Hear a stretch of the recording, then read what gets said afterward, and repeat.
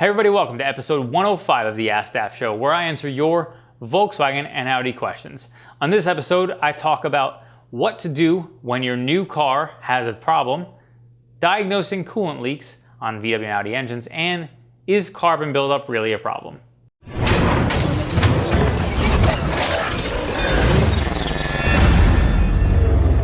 Peter via YouTube says, I have a new GTI 7 facelift, almost 2 weeks old, with 1,000 kilometers.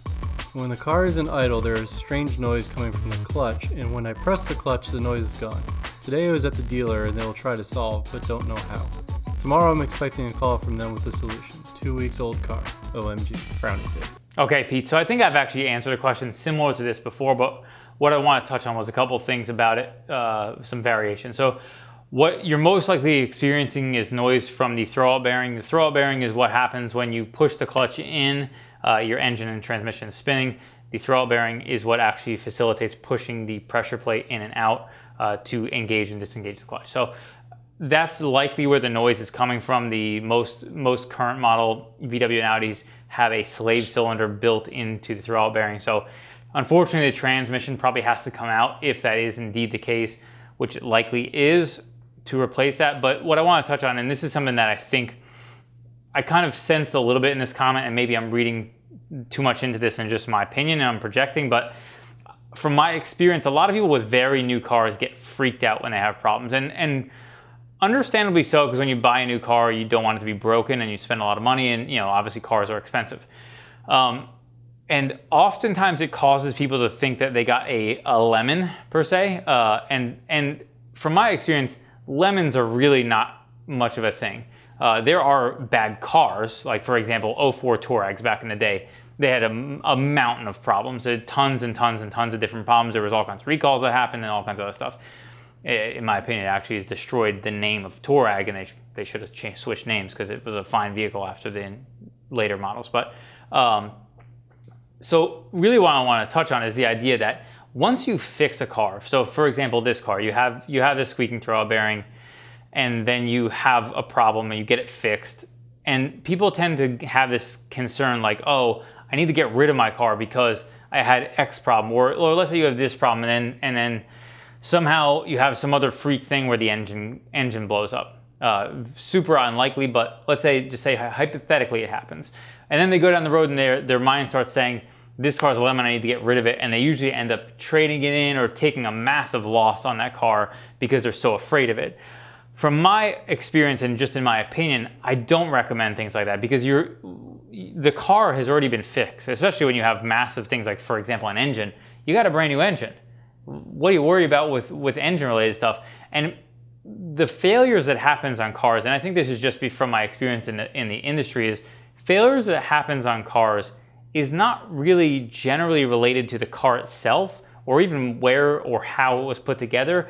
They're more often just an underlying issue of the component itself, which isn't manufactured by Volkswagen or have any relation to how well the car was put together. As a general rule, there are obviously going to be some exceptions.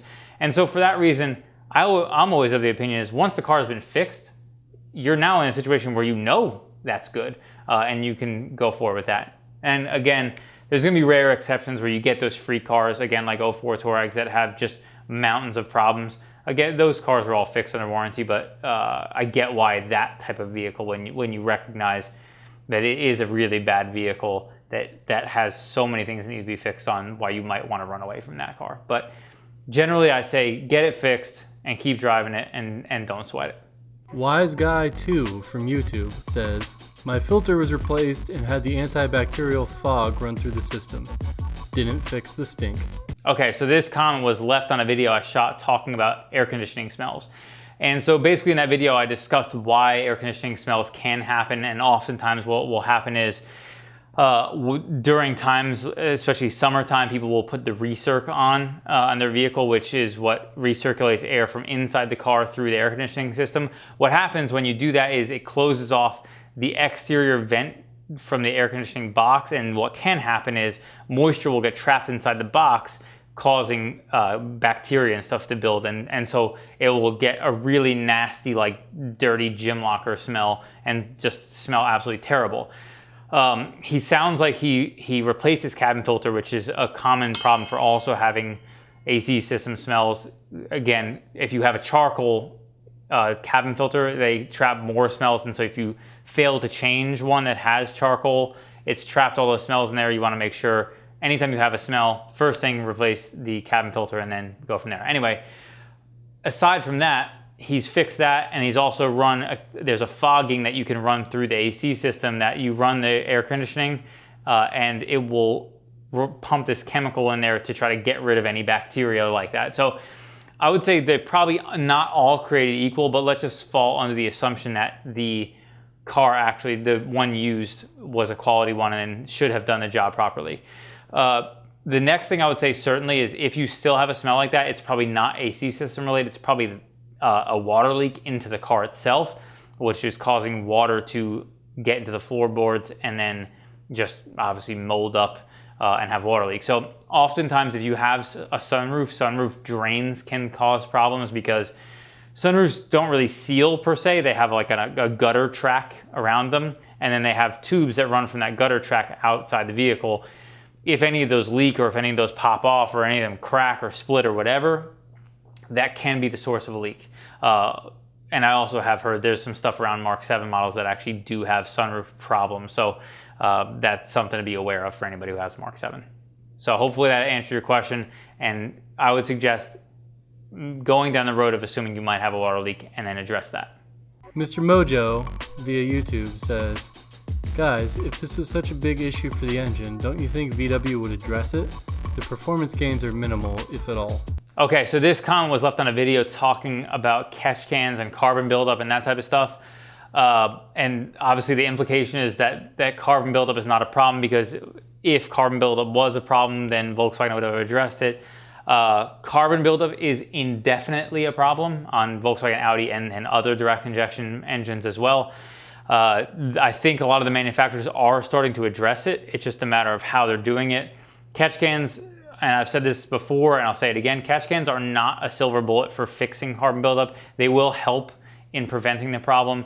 There's a bunch of different things. People always mention water methanol being an option. Again, I think water meth is a possible option to help as a preventative for carbon buildup, but it's not a viable, at least financially viable, to add water meth to a car in an effort to prevent carbon buildup. The cost and effort to buy and install a water meth system versus just removing the manifold every 60 or 70,000 miles is not even close, especially for average people, because they'll have to continue to dump water meth in there.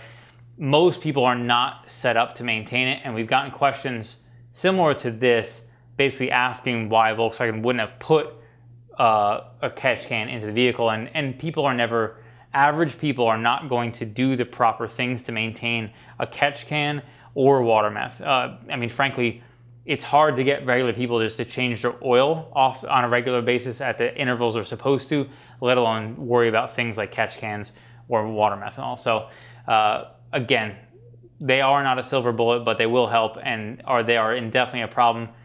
Again, because a lot of our community is Mark 7, the jury is still out on Mark 7s as far as how legitimate carbon buildup is an issue on that engine. So as I have any data that I have that's empirical over time, I'll make sure I have more open feedback about that when we do.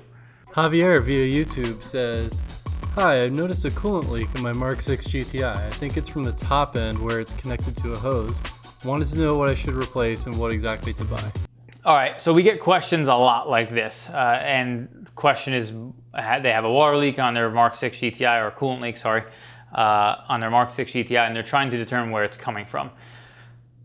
This is pretty much an impossible question for me to answer. We get very broad questions like this, and the reason why I wanted to answer this is because it's really important to understand that fixing cars requires so much more than just, I have X problem on X car, what is it?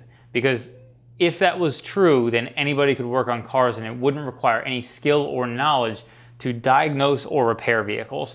Diagnosing and repairing vehicles takes a lot more training, understanding, and then effort to do.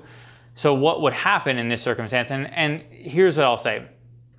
Because of the type of vehicle it is, my guess is it's probably a water pump. Water pumps are a common failure on TSI engines. and there are a couple variations which I will make sure I link to. They do have issues with if you have an oil leak, it especially can cause a problem, which we've had people who buy water pumps and then contact us about a warranty, and they send back a warranty water pump. We see that the thing's just been soaked in oil. If you have a water pump on a TSI engine and an oil leak, it will cause a water pump to fail again prematurely. It is a very well-known thing. We've talked about that. Humble Mechanic Charles actually did a video specifically a long time ago talking about that specific thing, talking about improper installation problems around causing premature failure, and also oil leaks causing premature failure of water pumps. So that would be what I would say on that. But back to that, it's just an educated guess. And it's not even, the problem that I have with answering questions like this is, if I give you that piece of information and it's not correct, if your car, for example, doesn't have a coolant leak there, now you have nowhere else to go. And that's why understanding cars, how they work, and how to find a coolant leak is more valuable than actually just answer to one question. So diagnosing a coolant leak is always going to require you to determine where it's coming from. That's the start. And buying a part to replace something before you even know where the leak is coming from, frankly, is just foolish. There's no point, because if you take apart a bunch of things and get to the water pump, you won't even necessarily know if it's leaking or not, if it's leaking somewhere near the area, because it's going to be covered in coolant anyway. So, and the same thing goes for oil leaks. So coolant's a little bit different than oil, because oil is kind of an easier thing to track down. Coolant, generally, you're going to be able to clean it up, use something like brake clean or something like that, clean everything up as best as possible, and then run the engine and try to determine where your coolant's coming from. And the same thing goes for oil. Oil, clean everything off the engine that you can possibly see that could be oil. Use brake clean or something like that. And then once you get all that stuff off, run the engine, see where oil is coming from. That will help you determine where it's coming from. And again, because it's gravity, it's going to run down. The highest point is where your leak is coming from. So hopefully that helps with that question, and we'll get you on the road to fixing it. But again, water pumps could be a problem, but there may be something else on that engine. So hopefully that'll help you solve it. Thank you so much for watching episode 105 of the Askdap Show, where I answer your Volkswagen and Audi questions. If you have any questions or comments about the questions answered in this show, be sure to leave in the comments below. If you like this video, be sure to give it a thumbs up and subscribe for more like it.